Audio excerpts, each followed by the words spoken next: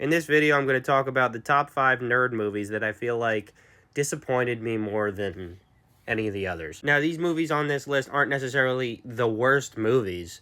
They were just the biggest disappointment. Like, I had high expectations for them, and then it really wasn't fulfilled. And it's just my opinion, but I'm sure a lot of you are going to agree. Number 5, we got Doctor Strange Multiverse of Madness. Now, this movie, I was really excited for it because not only was it a multiverse movie and there's so many possibilities, but it was a Sam Raimi movie and it's a Doctor Strange movie, and I love them all so much for so many different reasons, but I feel like it just didn't mesh. They didn't mesh.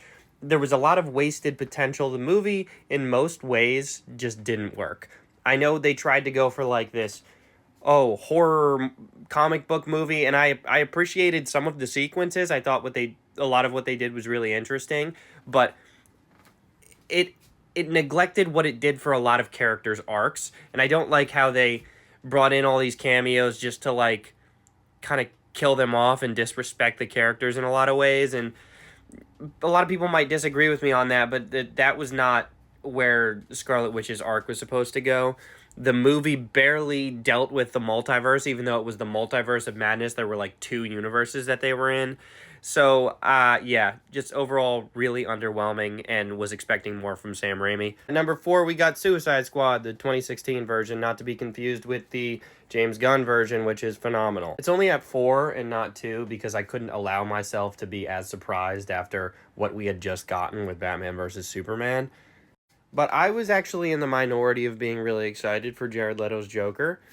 I liked his music. I thought he was a good actor, and the tattoos were kind of weird, but I liked how bold they were being with it. And it was like a fun thing to cosplay. So I actually dressed as him the Halloween before. I remember doing that, and no one like knew who I was.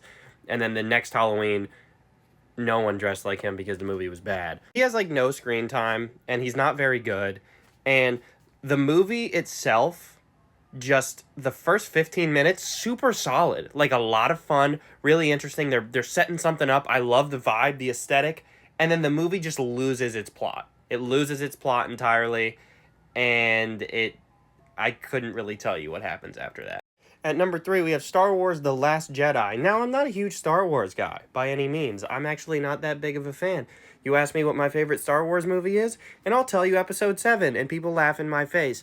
But I think Episode 7 actually set up something that was the perfect balance of nostalgic and introducing it to a new generation of people who maybe weren't as familiar with Star Wars, while at the same time, honoring the legacy of Star Wars. And because I liked that movie so much, I was really excited for what they were going to do next. I was really excited to see what they were going to do with Luke Skywalker. And the whole movie is really just a fuck you to Star Wars fans and fuck you to your expectations. Like, that's the theme of the movie. Like, if I were to write an essay on the movie, the movie opens and closes with fuck you. That's what it does. And at number 2, we have Thor Love and Thunder. This one hurt. This one did hurt. It hurt a lot because at the time, Taika Waititi was like, I was telling people he was my favorite director because everything that he did, I thought, was super, like, just him. You know what I mean? He's just being him, and he's super creative, and he's not afraid to take risks, and he was always a rebel. He didn't really do things like every other director did them. He wasn't afraid to take risks and do fun things, But the problem with this movie, right? And Ragnarok was phenomenal, but the problem with this movie is that it was the downfall of Taika, but it wasn't the movie. It was his attitude. He just got to a point where, like, you would even see it in interviews where he was like, well, I don't really care. I don't really care about the movie. Like, he stopped putting in effort. Even if he didn't ever do it totally how it was traditionally done, he still cared. But I guess the fame or something kind of got to his head, and then he felt like he didn't have to do as much work. And then he started to kind of, fall into the trope of like, yeah, well, anything I make is great. Anything I make, people are going to love, so I don't have to try. And then he made this garbage. It's unfortunate. And coming in at number 1, we have Batman vs. Superman, Dawn of Dog Shit. Holy crap, this movie is so bad. This movie is so bad. I have so much animosity towards this movie, and you know what? Honestly, towards Zack Snyder, probably because of this movie. Because I was never more excited for a movie, except maybe, like, Endgame, than... Oh, no, Spider-Man No Way Home. Anyways, I was really excited for this movie. This is the first time we were getting Batman and Superman on screen together.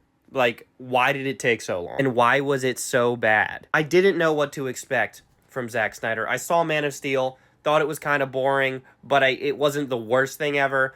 But I thought for sure this had to be great because the two of them were together and I was a stupid teenager. I wanted to see this movie so bad. I was in Greece when this movie came out. I was on a family vacation in Greece visiting family, right? And I was with a couple of friends my age, and I made them go see the movie with me. I'm like, we have to find a theater and go see this movie. I need to see this movie. So I'm in there. I go out of my way to watch this movie with Greek subtitles.